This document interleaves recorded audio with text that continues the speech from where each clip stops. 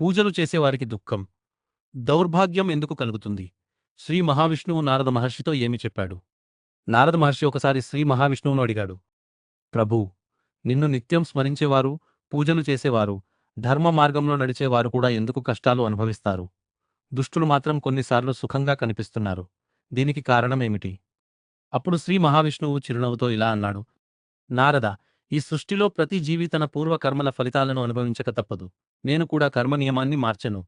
అయితే నా భక్తులకు ఒక ప్రత్యేకమైన అనుగ్రహం ఉంటుంది. వారు అనేక జన్మల చేసిన పాపకర్మల ఫలితాలను నేను తగ్గించి తక్కువ కాలంలో అనుభవించేలా చేస్తాను. అందుకే వారికి కష్టాలు వచ్చినట్లు కనిపిస్తుంది. తరువాత శ్రీహరి ఇలా చెప్పాడు.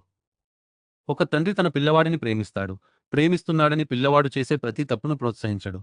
అవసరమైతే శిక్షిస్తాడు, మందలిస్తాడు, సరైన మార్గంలో నడిపిస్తాడు. అలాగే నేను కూడా నా భక్తులను పరీక్షల ద్వారా మరింత బలవంతులను చేస్తాను.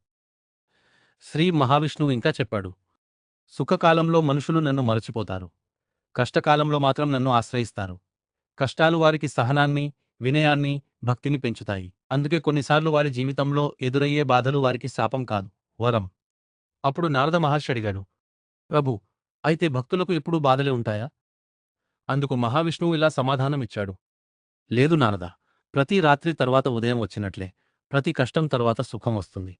నేను నా భక్తులను ఎన్నటికీ విడిచిపెట్టను. సరైన సమయం వచ్చినప్పుడు వారికి శాంతి, ఆనందం, ఐశ్వర్యం ప్రసాదిస్తాను. భాగవత పురాణంలో శ్రీ మహావిష్ణువు చెప్పిన ఒక ప్రసిద్ధ వాక్యం ఉంది. యస్యాహం అనుగృహ్ణామి హరిష్య తద్దనం శనయ. అంటే, నేను ఎవరిపై ప్రత్యేక అనుగ్రహం చూపిస్తానో వారి లోకాసక్తులను క్రమంగా తొలగిస్తాను. చివరికి వారిని నా వైపు తీసుకువస్తాను. దీనర్థం భగవంతుడు భక్తులను బాధపెట్టాలని కోరుకుంటాడని కాదు. వారి ఆధ్యాత్మిక పురోగతికి ఆటంకంగా ఉన్న వాటిని తొలగించి శాశ్వతమైన ఆనందాన్ని ప్రసాదించాలనేదే ఆయన సంకల్పం. అందుకే మహానుభావులు ఇలా చెప్పారు. కష్టాలు వచ్చినప్పుడు భగవంతుడు మనల్ని విడిచిపెట్టాడని కాదు, మన చేతిని గట్టిగా పట్టుకొని నడిపిస్తున్నాడని గుర్తించాలి. ధ్రువుడు, ప్రహ్లాదుడు, పాండవులు, కుచేలుడు వంటి మహాభక్తులు కూడా అనేక కష్టాలను ఎదుర్కొన్నారు. కాని వారు భగవంతునిపై విశ్వాసాన్ని కోల్పోలేదు. చివరికి భగవంతుని అనుగ్రహాన్ని పొందారు. అందువల్ల పూజలు చేసేవారికి కష్టాలు రావడం భక్తికి పరాజయం కాదు. అది భగవంతుని దూరం కాదు. కొన్నిసార్లు అదే ఆయన అనుగ్రహానికి సంకేతం కావచ్చు.